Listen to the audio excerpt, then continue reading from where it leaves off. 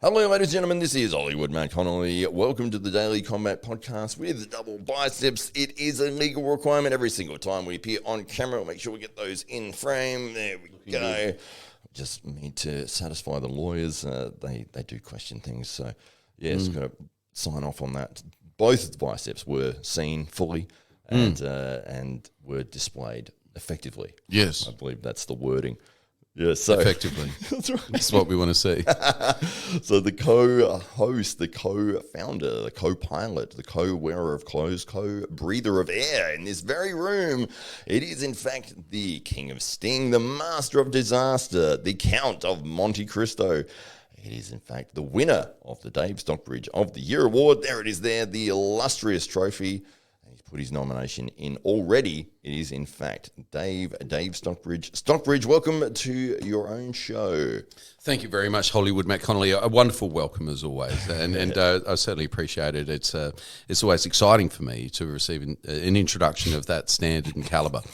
Week in, week out, you never fail to disappoint. Hollywood Matt Connelly's been a big week in the world of arm wrestling, and some players are making moves, it would seem to me. And so today we're going to be talking about some of the biggest movers in the arm wrestling world, what it is that they're up to. And we've been very lucky. We've been privy to some information that's come across the AWE desks over recent days. And so we're going to share a little bit of that with you all today so that you can be up to date and understand exactly what is going on behind the scenes of some of the biggest promotions in the arm wrestling world. Hollywood Matt Connelly, AWE, obviously movers and shakers, big event coming up on the 1st of July if you're in the US, 2nd of July if you're here in Australia, and some big names taking place in that one. But it's not the only promotion in the world, as it turns out. It's not the only one. It isn't. There are other ones, and so I guess in the arm wrestling world right now, it'd be pretty fair to say that you've got King of the Table and East versus West. They're the two big guys. It was very much a duopoly until fairly recently, and they certainly filled that void that was created by the loss of WAL pre-COVID, and then out of the ashes of that, obviously, and as the borders started to open up, it was King of the Table and East versus West that jumped into operation and started putting on some awesome shows. And between those two, I mean, they're the two big guys at the moment. So let's put them against each other here. What are the pros and cons? What do you like about what King of the Table's doing? And what do you like about what East versus West is doing? What could they both do better?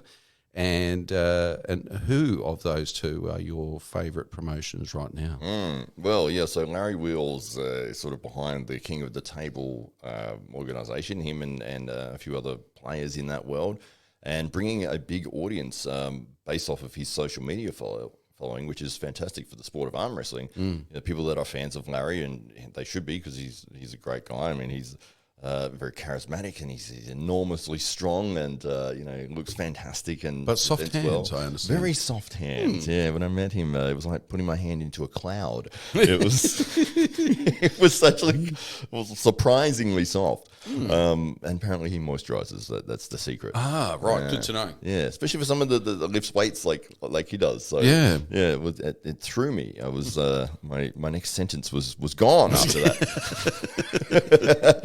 But obviously he's found arm wrestling and become a fan of it, and then decided that he would put some matches together. And obviously he's created the King of the Table, and they've flown in some big names and put on some big events. He must have reached out to a production company and said, "This is what my ideas are. This is how I want you to do it." And they've put on some awesome events. They've said some of the big names. They've had Devin Larratt. They've had John Brasing. And Larry has competed on there several times as well. One of the things that I really liked about what Larry does and did on his very first match, he took on Schoolboy, who is a phenomenal arm wrestler and a world champion currently. And Larry was like, well, my first match, I'm going to go against Schoolboy. It's like, well, okay, but the appeal of that, and I really admire the fact that he did this, is, Schoolboy looks like a schoolboy. I mean, he's wearing a Mickey Mouse t-shirt, he's got a backpack, he's got the glasses. He wasn't as humongous as he is now, and he's like 6'6" now or something. But it was the classic David versus Goliath sort of matchup. And Larry very cleverly, whether he chose to identify this or not, from the outsider's perspective or the audience perspective, they've been looking at Larry and going, well, this guy's probably just going to crush this dude. Like, you know, Larry's like a gorilla, like he's enormous. And then you've got a school kid, and obviously Schoolboy is absolutely, he's a phenomenal arm wrestler, and he comfortably handled Larry on the table. But it was awesome to. But it was a spectacle, exactly. And I guess he brought an element of entertainment to arm wrestling, where he brought this an unknown quantity in himself, who had this amazing physicality, and pitted himself against a technically superior arm wrestler, and but of course it opened up conversations about can Larry do this? Is he strong enough? He's been practicing with some of the best in the world, but it was a real conversation creator, wasn't it? Oh, absolutely! It was so good for the sport of arm wrestling, and so many new people would have found the sport because of Larry doing that. And they've put on several events. I'm not sure if they've got anything planned at the moment. They probably do. I haven't looked at the schedule because I've been looking at everything AWE. But yeah, then they're not stacking the cards with 30 matches and stuff like that. One of the things that I do like that they're doing quite well is they're just putting on events with maybe 3 matches, maybe 4 matches. Yeah. And so they're really going for quality rather than just putting on a 7-hour arm wrestling event. Yes, and that is a very smart move, because everyone wants to just see Larry, or everyone wants to just see Devin. And then, you know, if you're sitting there waiting for 5 hours to see them, and it's like, forget it, you know. Yeah, I'll just watch it on YouTube tomorrow. Yeah. So you've got that element there, which I think they've really nailed that. You know, less is more in that realm. Yeah, and using that star power. So their production has been good. They have improved event to event. I think when we saw the first one, it looked like it was in a casino. Yeah, it looked like in a function room or something. Yeah, there was people sort of wandering through. This is on their way. Some people on their phones in the background. Exactly. Yeah. So those elements, they have changed, and they've identified it, and you know, it just doesn't look so fantastic when we're putting this to air. So they are doing good things. My concern is that, recent footage that I've seen of Larry, he is looking strong, and he is continuing to arm wrestle, and he's actually improved significantly. What I would be concerned with is if Larry loses interest in that sport or in that realm, and starts focusing on something else, it might fall away. You know, it might just be all based on.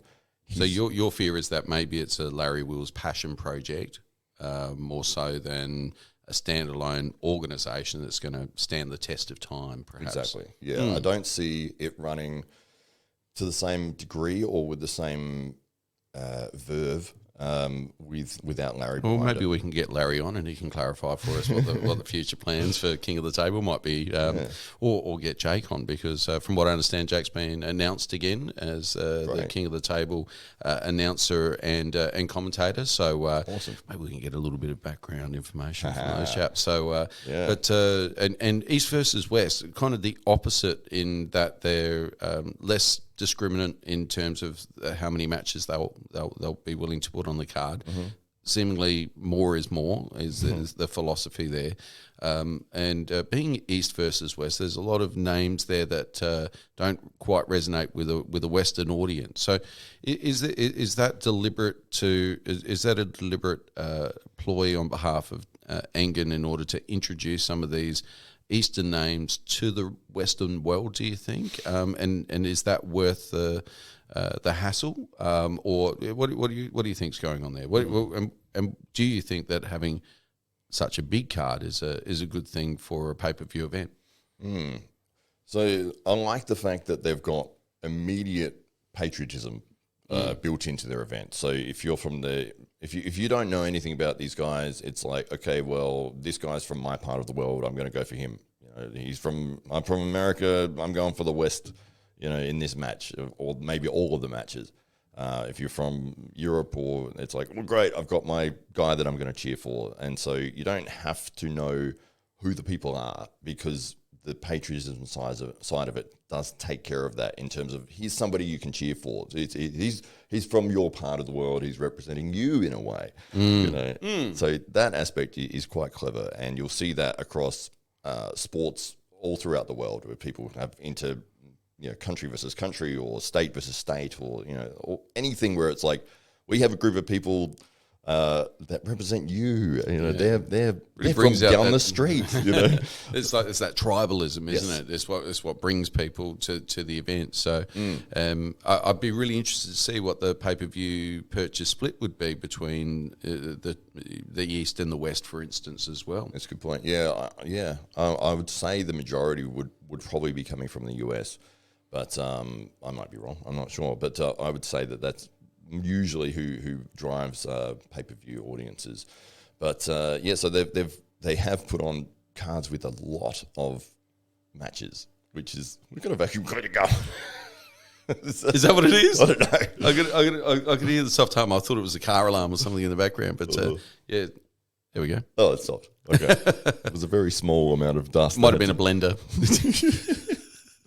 Right.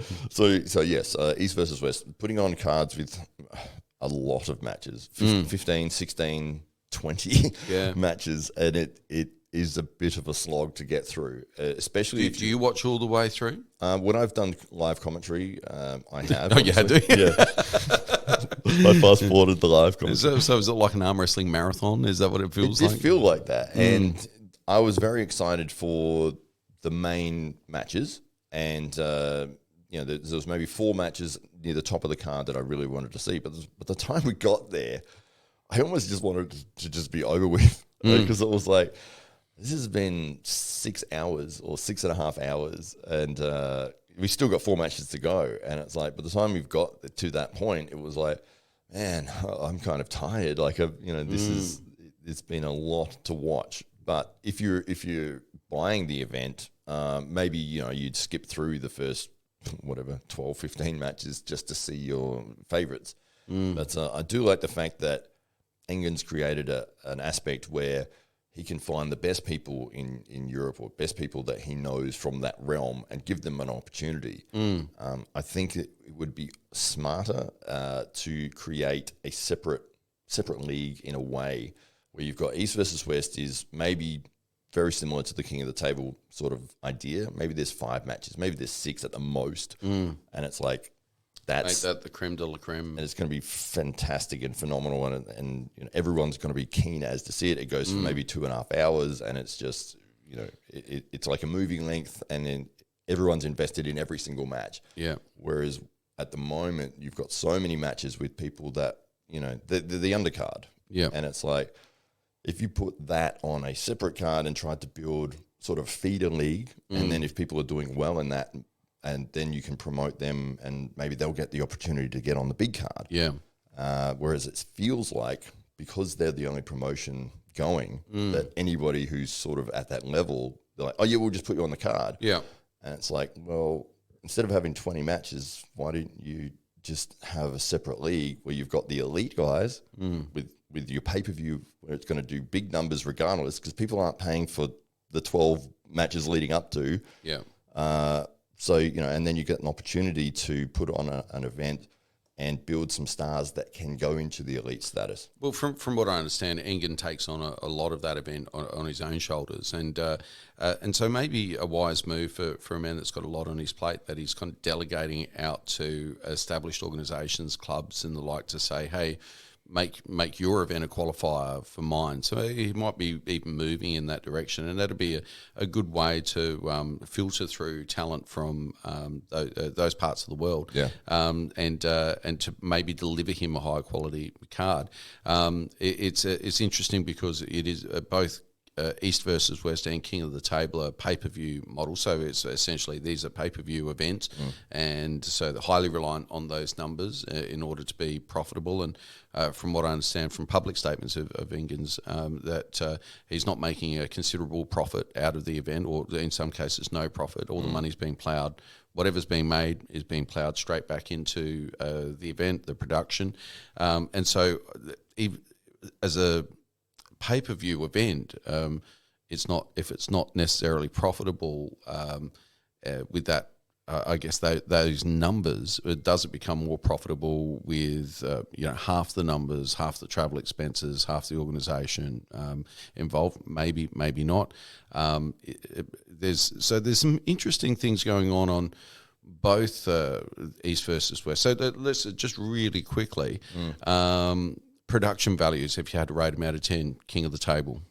King of the Table is improved, and I think where they started at a it was 4, probably 4 to 5, and they've probably pushed up to a 7. East versus West.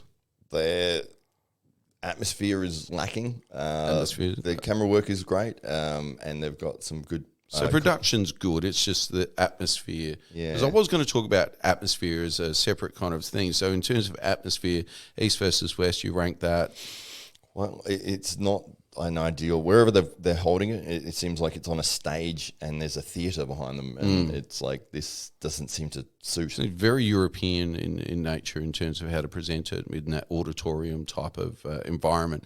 Atmospheric king of the table. It's improved dramatically, hasn't absolutely, it? Yeah. And especially the involvement of people that are actually standing next to the table now, not just sort of looking at their phones, they're actually wanting to see the match. I think the strength of personality, Jake's strength of personality makes a big difference too, and just in terms of the energy that's in the room, yes. And how that's translated on the screen, and in terms of quality of competitor, king of the table, East versus West. You reckon they're about the same? Yeah, I think they've used pretty similar on names, both cards. Big names. So we're talking like they're getting the top guys at the moment. So you have to say 10 out of 10 in terms of quality of the athletes. People are really tuning in because of Devon Larratt, Dave Chafee, these big names that are out there, Levan. People are tuning in because they want to see what the biggest and the best are up to in the world and want to see those guys up against themselves. I guess there you go. There's the longevity question mark that hangs over both of those promotions currently, because these athletes are now in their 40s, in some cases 50s, and nudging near 60 in some cases, and it's really musical chairs at the moment amongst those big names. And so maybe Engen's ploy of trying to get that next generation of athlete through those qualifiers is the right path, and certainly seems to be leading in a good direction. I don't see King of the Table making any move in that direction in order to cultivate that next generation of talent. Before we get into the rest, I just want to thank Roll Clean. Roll Clean have been wonderful supporters of our podcast, AWE, and the Daily Combat podcast. And although you shouldn't eat them, I don't mind having a nibble. And and Matt and Kat tell me don't say that, but they do look delicious. And not only that, but I will say this: I have not used shampoo since I've been using Roll Clean. I don't use any products in my beard apart from Roll Clean products. So they've got a wonderful beard oil, which I'll apply in the shower after washing with the Roll Clean soap. So they're organically produced, locally produced, organic ingredients, and really good for your skin. Disinfectants. They're designed specifically for strength and combat sports athletes, and so we would suggest that you head over to www.rollclean.com.au if you would also like to have a nice luscious beard, nice smooth skin. Both of us have that now because I do the same. Yeah. You do the same. Yeah. Well, there you go. So, it endorsed by your favourite arm wrestling fans here on the AWE podcast. www.rollclean.com.au. Head over there right now and grab yourself some of these yummy. No, don't eat the soaps. That's so. They do look like you could eat them, and one is chocolate flavored, just to make it all the more irresistible. So, So we've got. I guess that you've got King of the Table, East versus West. You'd call them the top tier right now, and not necessarily because of their production values, or anything else really. It's just they've got the biggest names currently, so they're attracting the biggest names in the sport. Now, the second tier. Where do you see the second tier right now? Yeah, well, the exciting thing is that there is arm wrestling organisations sort of springing up around the world, and not only with the AWE, our organisation that we've started, and trying to put on the best matches that we possibly can, but we're seeing event organizations like Arm Gods and Monster Factory. I know that India has a very big league over there as well. Punjab, Punjab, yes. I think, yeah. And we've got the UAC. Yep.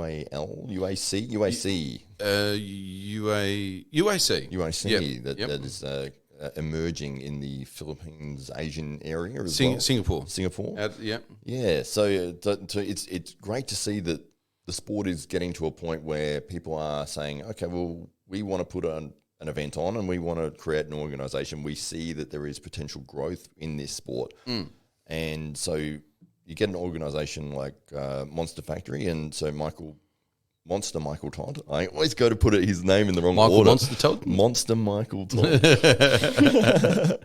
He has created the Monster Factory, which is it his gym? I believe it's in his gym. Yeah. Yeah, so it's his gym in Arkansas, and he is putting on events, and he's gone about this quite in a smart way where it's free to watch on YouTube. Yeah, so a really defining point there. So that's very different to the East versus West King of the Table models, and he's able to do that in large part because he's backed by big name sponsors. Yeah, he's done tremendously well for himself. I mean, the guy, he's very charismatic. He's a lovely guy. He's a great guy. He does get the villain role a lot in the arm wrestling world, but he's if you ever watch an interview with him or watch a video with Michael Todd, he is actually a really nice person. Really humble. Very, very passionate about arm wrestling, extremely. Yeah. And so he's created his own organization in America and said, well, I'm going to put events on. I'm going to do it right here in my shed in Arkansas, in my gym.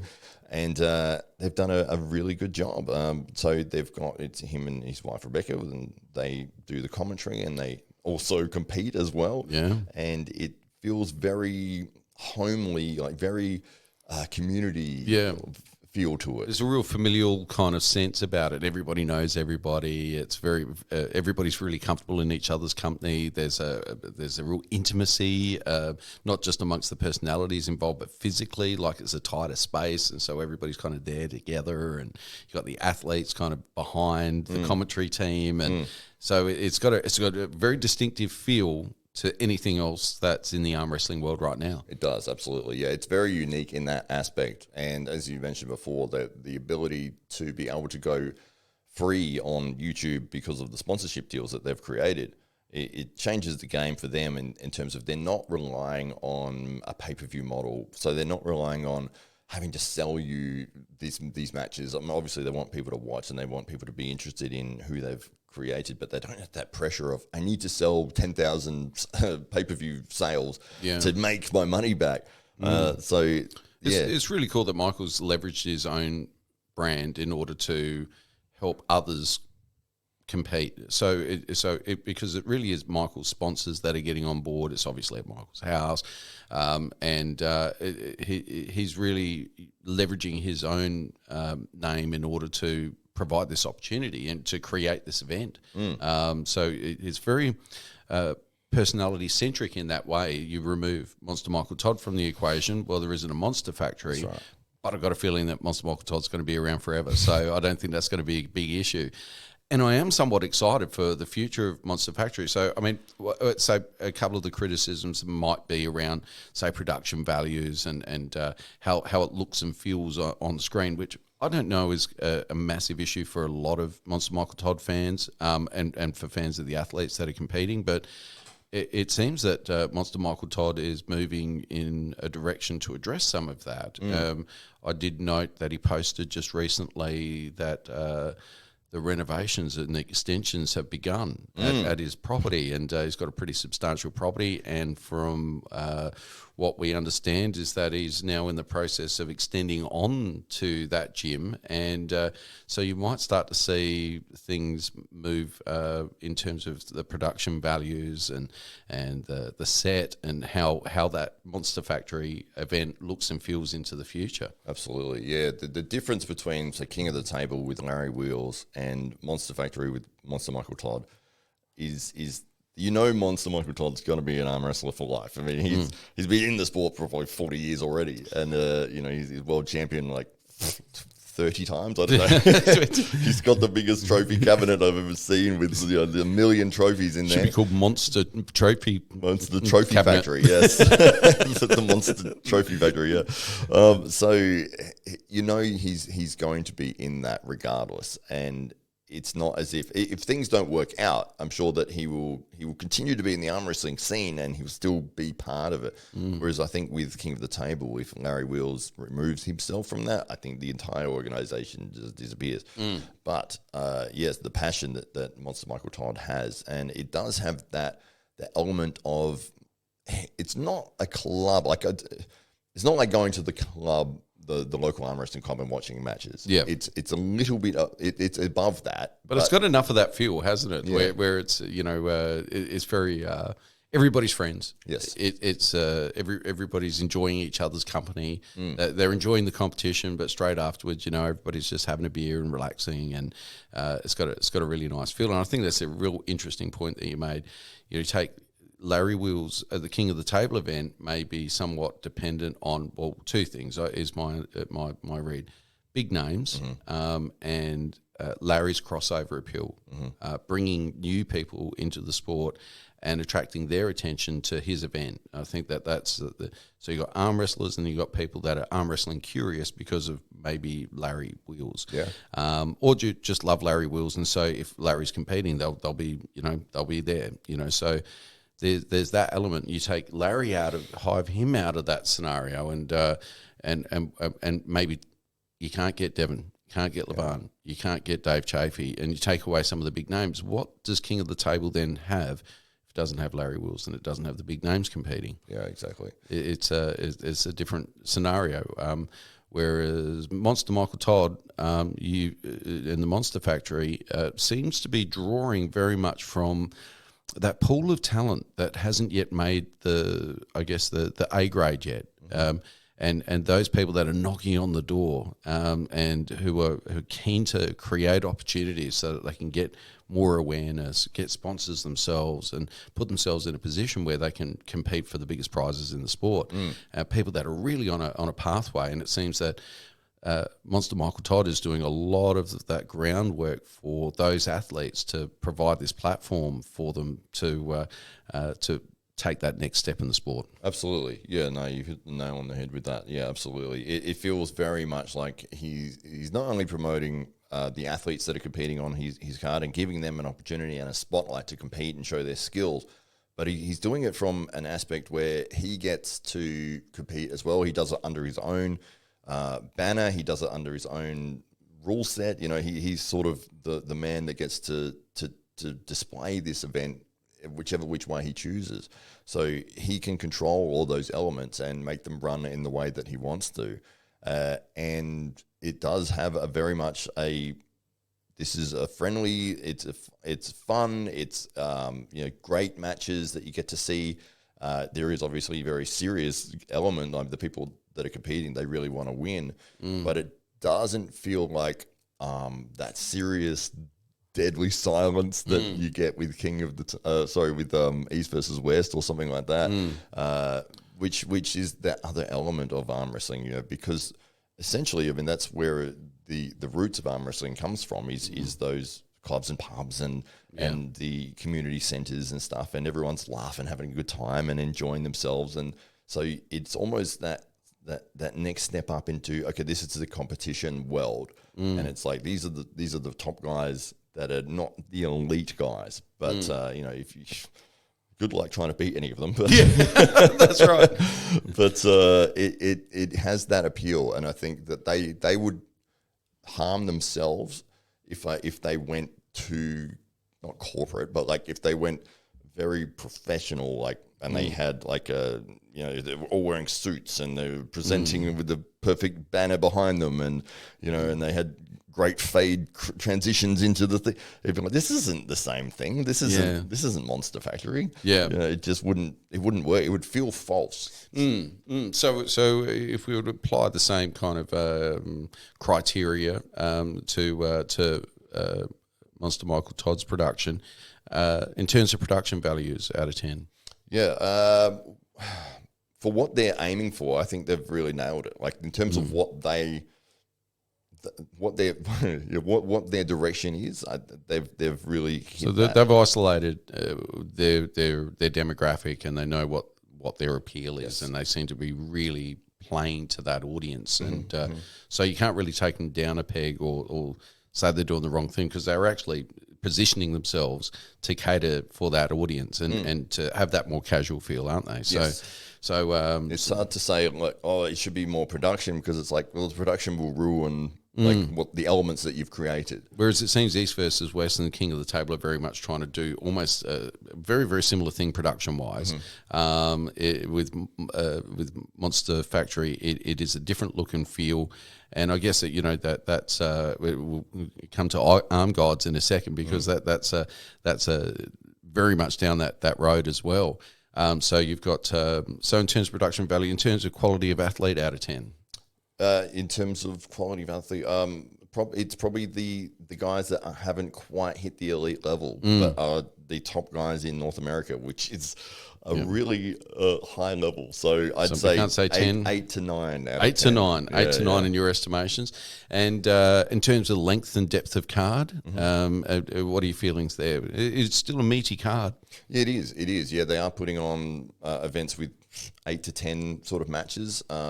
They are generally putting on matches that are quite interesting, and they seem to space out their top guys. They're not saving everyone for the last, the main event. Obviously, the main event is your premier event, but they do have say Monster Michael sprinkle Todd, the card. Yeah, with a few he'll be interesting competing on the matchups. card, and he might be the second match in. Yeah, and then it's like Corey West might be on there. He might be the match after, and it's like, oh, I better watch this whole thing, because I think the reason he's doing it that way is because he wants to get back on the commentary. Once he gets his match out of the way, and then But also for the same reason you said that perhaps East versus West is not the most stimulating of events to be watching until maybe the 4 or 5 that you're really holding out for.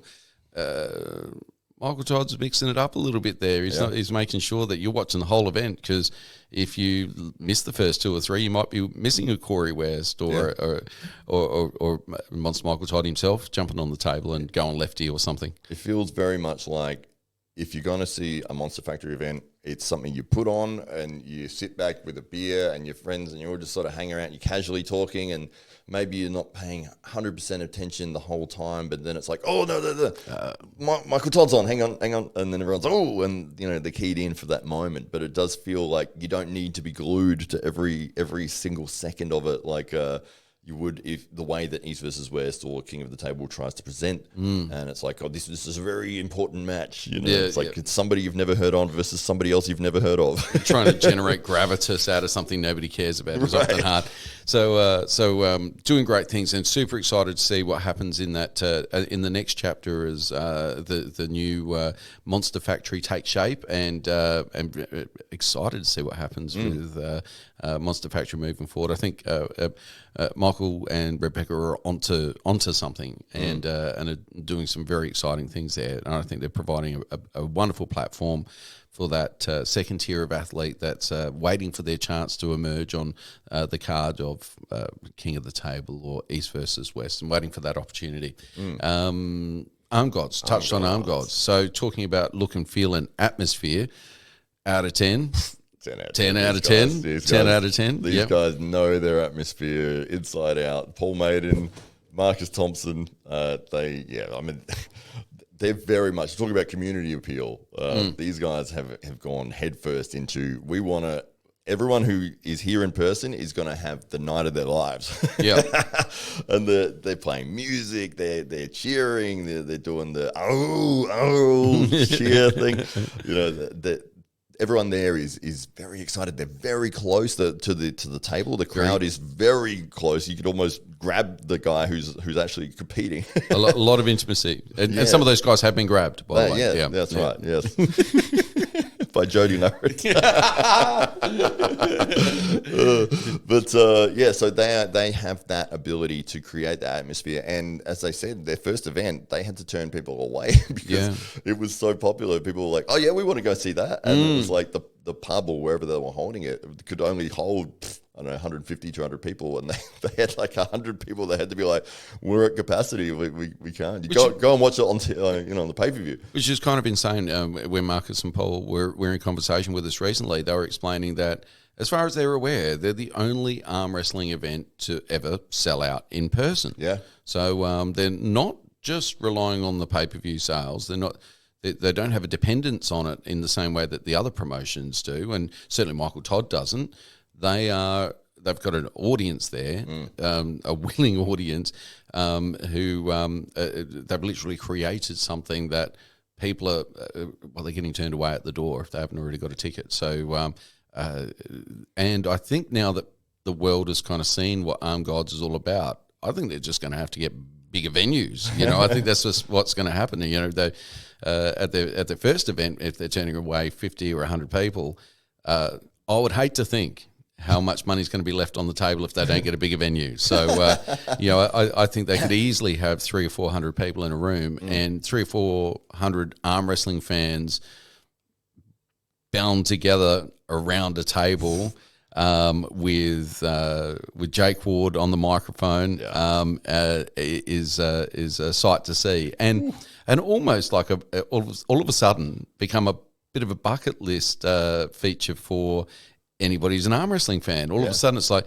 go to an Arm Gods event. Yeah. I've got to do that before I die. Absolutely. So it's on my list, I know. So they're doing some really interesting things there.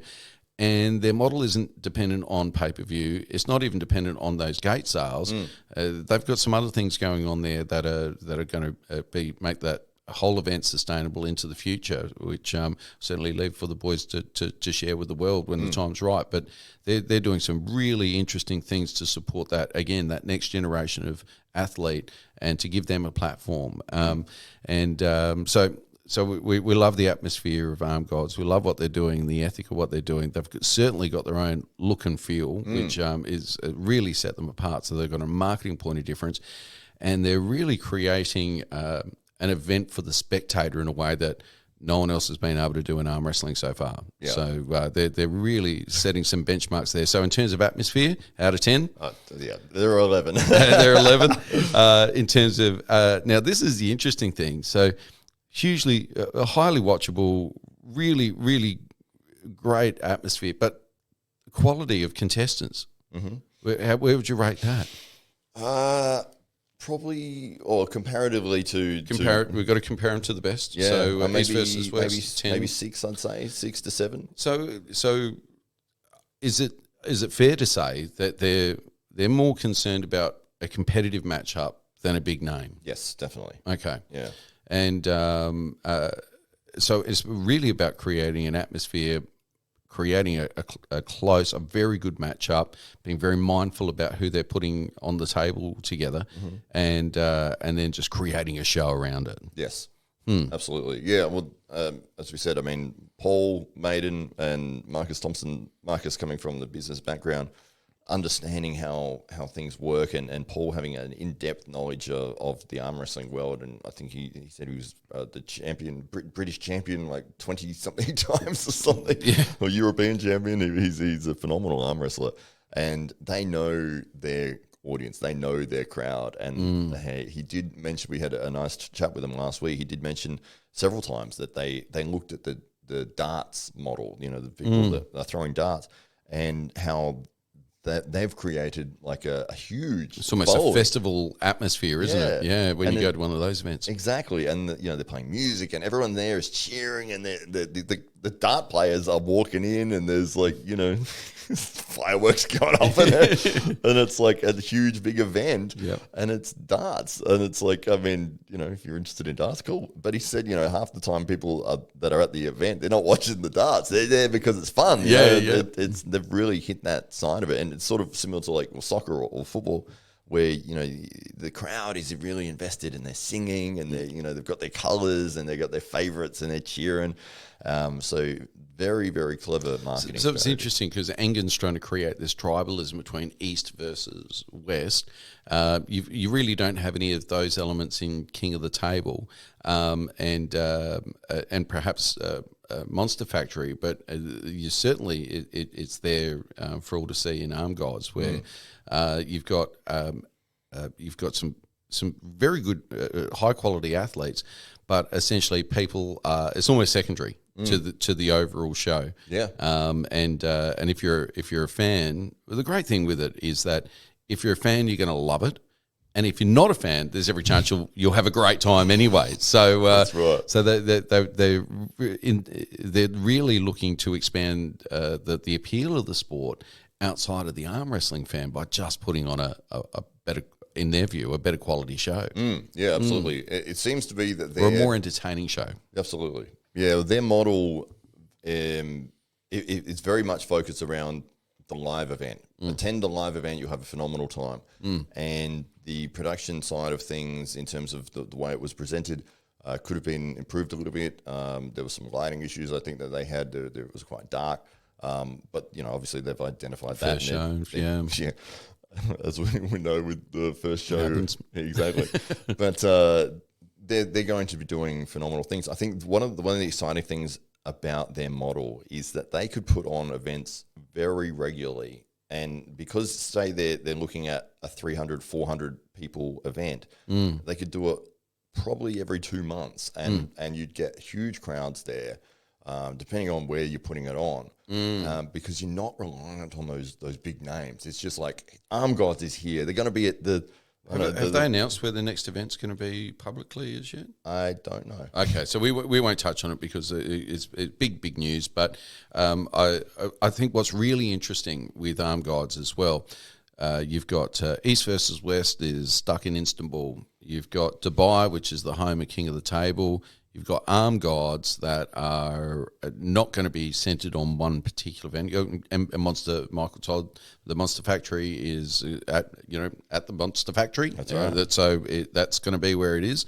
So people all know that they're the epicenters of that activity. But when it comes to Arm Gods, they're inclined to take the road on the show, the show on the road, and the road on the show, and the road with them as well.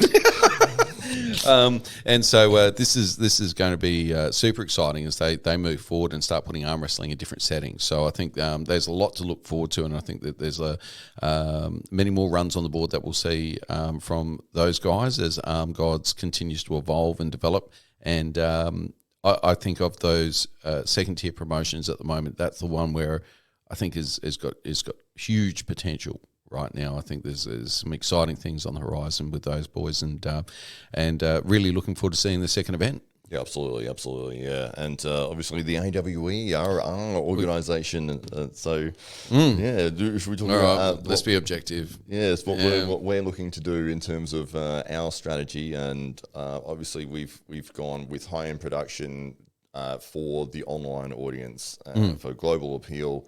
Which is almost the opposite to Marcus and Paul. Yeah, we had in our first event, the audience. Well, there was barely any audience there because we held it in a place that was locked.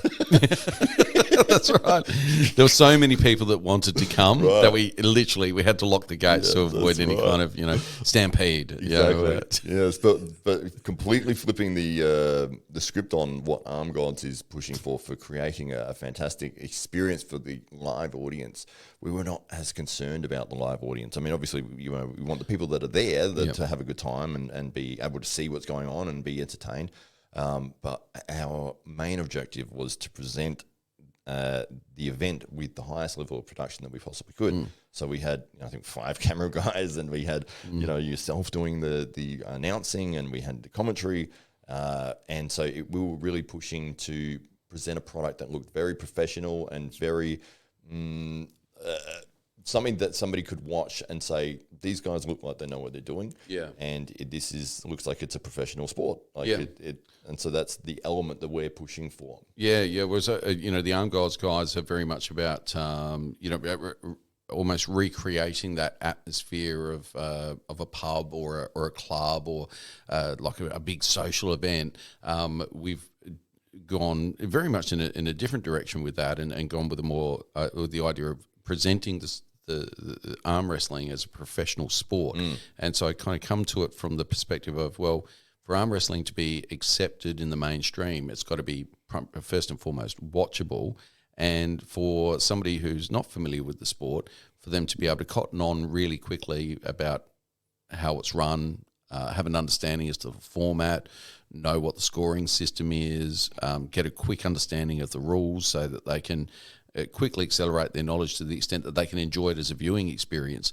And just to touch on before the keyboard warriors really get into it, why the attendance was low was you were quite right. I mean, the place was locked, not for the reasons I was saying, of course, but we were holding that event because we were seeking to appeal to the pay-per-view audience. We, instead of staging the event when the event that we were part of had begun, we actually started it earlier for the benefit of the pay-per-view audience. So we didn't have the benefit of thousands of people around the cage, as did, say, the MMA pay-per-view audience did. So if it was held, say, 6 or 7 hours later, there would have been 3,000 or 4,000 people there, and the atmosphere would have been certainly different.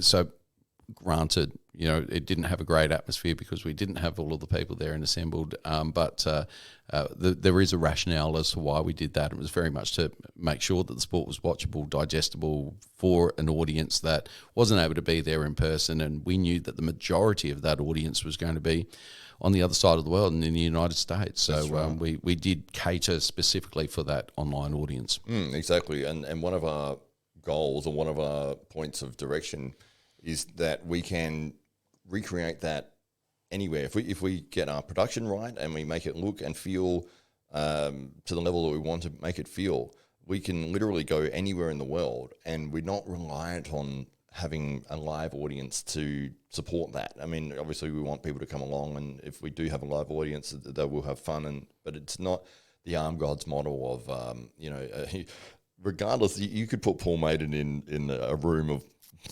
people who have never seen arm wrestling before, and they will all be arm wrestling fans by the end of the day. Or Paul Maiden fans anyway. Yeah, that's right. He'll get them up and yelling and screaming and chanting and, really involved. Yep. Whereas what we're doing is, essentially we could go anywhere in the world and put on this high level of production, and it should ideally look and feel the same no matter where we are. It's only the athletes are going to be different. So, and I guess we also had a look at some of those things. We'd had the benefit of seeing King of the Table and East versus West and these emerging promotions. And we took the view that having for our brand having a consistent level of presentation of the athletes was important. So instead of letting the one athlete turn up in jeans and a polo shirt, and the other guy turning up in torn shorts and a singlet. Chaps. Or chaps. It's always an option. We had a specific player uniform, as you might expect of a professional sporting league. And so there was a degree of uniformity with our branding for our athletes, and ultimately to make it more appealing to corporate sponsors as well. So essentially, if a large corporate's looking at an event, well, they want to know that their brand is going to be looking good. And if they're looking at an event and everybody on stage, or in our case in the cage, is looking good, then there's every chance their brand's going to be well represented. So we wanted to be certainly advertiser friendly, and we wanted to also ensure that we had a nice clean aesthetic, which we didn't see elsewhere in the arm wrestling world, with the exception of perhaps our Indian friends there at Pro Punja, who've got a very corporate look and feel and a lovely aesthetic to what they're doing. But in terms of the Western organisations, not so much. And so we brought that to the table. And I think there were a few innovations that came about through our observations as well of other promotions. For instance, how we adjudicate any conflict on the table amongst the athletes.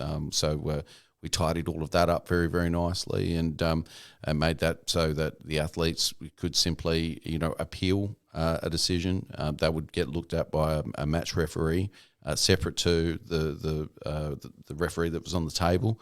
and that issue was adjudicated very quickly. People accepted the result and they moved on. So there was little emotion. So again, you don't have an athlete flaring up or yelling at a referee or carrying on in an unprofessional manner. We just didn't create that opportunity. You know, the athlete would seem silly to when they've got the opportunity to refer it to a higher power and have a replay reviewed, and to have an opportunity to have that seen fairly, and it helps everybody move on. But it also makes the sport look more professional. Exactly. The instant replays, just a wonderful feature that doesn't seem to pop up elsewhere in the arm wrestling world, and where something great may happen or there might be an issue, and it just seems to take forever to get back to that moment. Almost, if you're watching the pay-per-view, you're scrolling back yourself to get that instant replay, whereas we saw that as a deficiency in terms of production, and we're able to incorporate the replays so that for the fans at home, you know, they could see what was happening, they could see the replay, they could see what the match referee was looking at, and if there was a foul or a micro foul or some kind of consternation over a call of the referees, well, they were all part of that, and they could see exactly what those in a position of power were able to look at as well. So from that perspective, it was great. I think in terms of atmospherics, if I had to be honest, I would say it was probably a 3 out of 10. I felt like a couple of those shots of you and Ryan sitting seemingly in the middle of an oval by yourselves with the T-shirt over your head, or over Ryan's head, early on. So those types of, if we had 2,000 people sitting around the cage, obviously it feel a whole lot different. But I'll give ourselves some ticks for presenting the aesthetic very nicely, and for being bold enough to also hold it in an ISCA certified cage. From what I understand is a first in the arm wrestling world as well. Certainly a point of difference for the audience, and again just elevates the sport from being in bars and sheds and putting it onto a world stage in on a sporting platform that's acknowledged and utilised by, well, the fastest growing sport in the world in UFC and MMA. Absolutely. Yeah, no, for sure. And yeah, as you said, with the replays, I thought that was an amazing addition. The fact that we had a couple of times when the athlete questioned, and it was just simply, can I just get a replay on that? And it's like, yeah, no worries. And then can we just get a replay? And then within 10 seconds, there's the replay. No, that wasn't an elbow foul. Okay, yeah, keep going.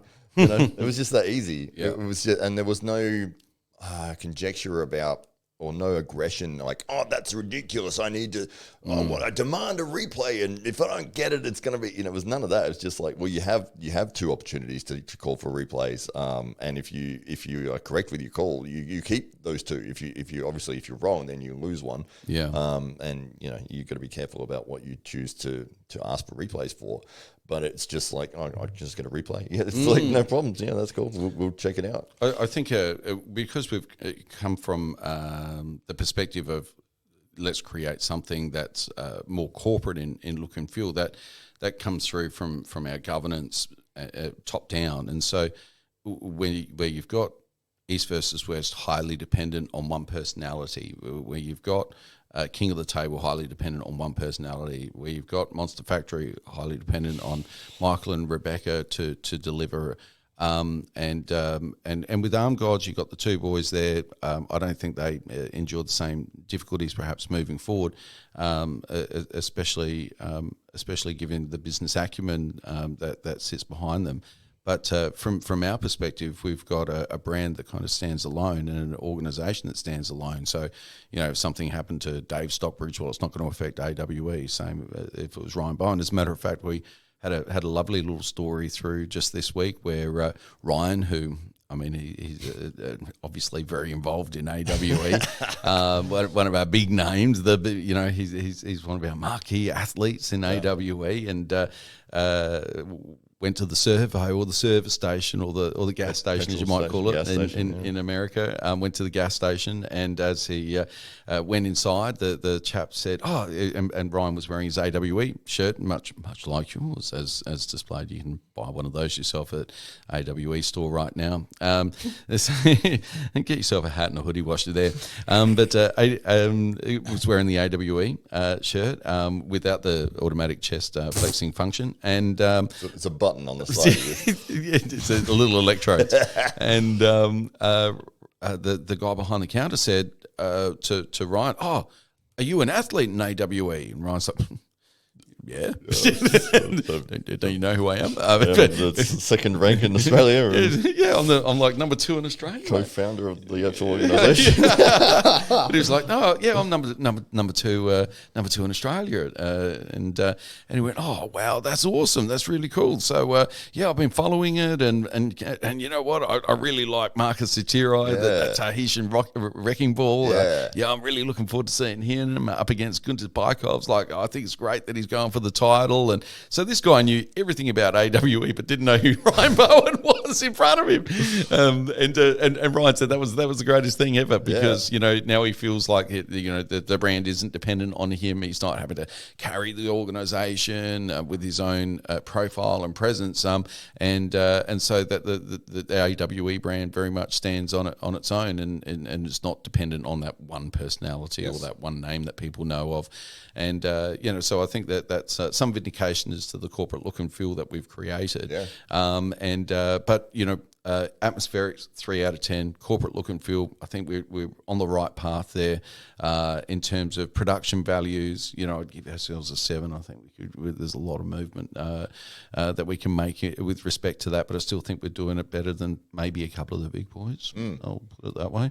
And for arm wrestling fans that want to see what we do with the atmospherics at our next event, that'll be staged at the Adelaide Oval in the McGarry Room, which is the Adelaide Oval is a very prestigious sporting venue. And again, we wanted to elevate the sport out of clubs, out of sheds, and put it on a world stage where the biggest sporting events in the world, when they come to Australia, they make their way through the Adelaide Oval. So we're really excited about that, and honoured that we're now considered amongst those top promotions in the Western world now.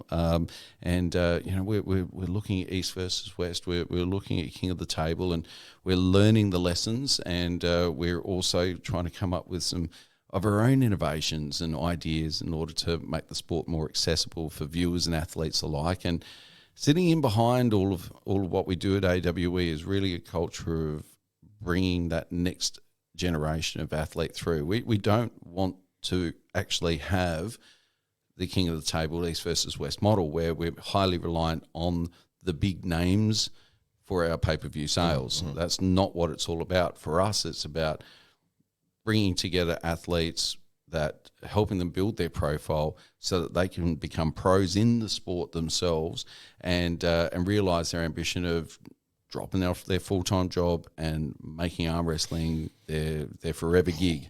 And we've got some really exciting talent. We've got guys in their 20s and 30s. We've uncovered a 19-year-old South African that holds Ryan Bowen in the middle of the table and his arm wrestled on about a handful of occasions. We've uncovered some spectacular talent, and for us it's like ability is one thing, but the next thing is how do we build a profile, how do we assist these athletes in terms of realising a revenue stream that is arm wrestling derived as a result of them having a profile in the sport. So we're working really closely with our athletes to try and realise that ambition, and that's a big plank of our platform moving forward. Absolutely. Yeah, it's just going well, and it's very exciting times, and things are coming together, and yes, it's one of those things where you're sort of like, oh, this is so exciting. I can't believe that this idea that has been formulated is been put into play and put into practice. And I mean, this is only since November of last year, which is 6 months ago. Yeah, it really is. And we've got everything up and running, and we're heading in the direction that we've always wanted to. So yeah, exciting times ahead. Exciting times ahead, and you know, East versus West, king of the table. We wish them all the success in the world, and we really want to see the sport grow on all levels. But for us, it's really exciting. Not what's happening there. To me, that's not actually exciting to me. As a fan, yeah, I mean, it's always fun to see those matchups and see some of those big names collide. But I think most of the questions that anybody's got to answer about the top 4 or 5 in the world have probably been answered now. Yeah. And I think the real question mark in the sport now is who's next? Yes. What's the next generation looking like? Yeah. Where are they coming from? And that's, for me, that's the really exciting thing. Yeah. That's what really what I want to uncover. And I love that Arm Gods and Monster Factory are those places where those athletes can find their way. And of course on AWE as well. So I'm really excited for those organisations that are providing a platform for that next generation of athlete, and I'm excited to see those athletes filter through. Yeah. It'll be really interesting in 5 or 10 years' time to see if East West versus West is still that I guess holding that hallowed position in the sport, or king of the table, whether it's still held with the same degree of reverence as what it is now, or even if it's still here. But I've got a feeling that Monster Factory is still going to be here, Arm Gods are still going to be here, and AWE is definitely going to be around. Yeah, definitely. Awesome, mate. Well, great insights as always, Hollywood Matt Connelly. It's been fantastic to share the microphone with you one more time, and of course to see those double biceps is well, I mean, it's just amazing to be able to stand here or sit here and to look across the table and to almost touch them. It's just $5 a touch. It's truly something. So, and to our audience and to those fans that buy the pay-per-views and people that are buying the shirts and getting their hats and their hoodies, thank you so much for your support. To that guy in the service station, we love you. We hope you're watching, mate, because you're the reason why we're here. And to all of the athletes that are wondering, how do we get on an AWE card? Well, it's really simple. Hollywood Matt Connelly is on all the socials. You can send a little message and just let him know one day I want to be on AWE, and we'll do all we can to find a way for you. Absolutely. I'm Dave Stockbridge. Hollywood Matt Connelly. And we will see you next time. Thank you.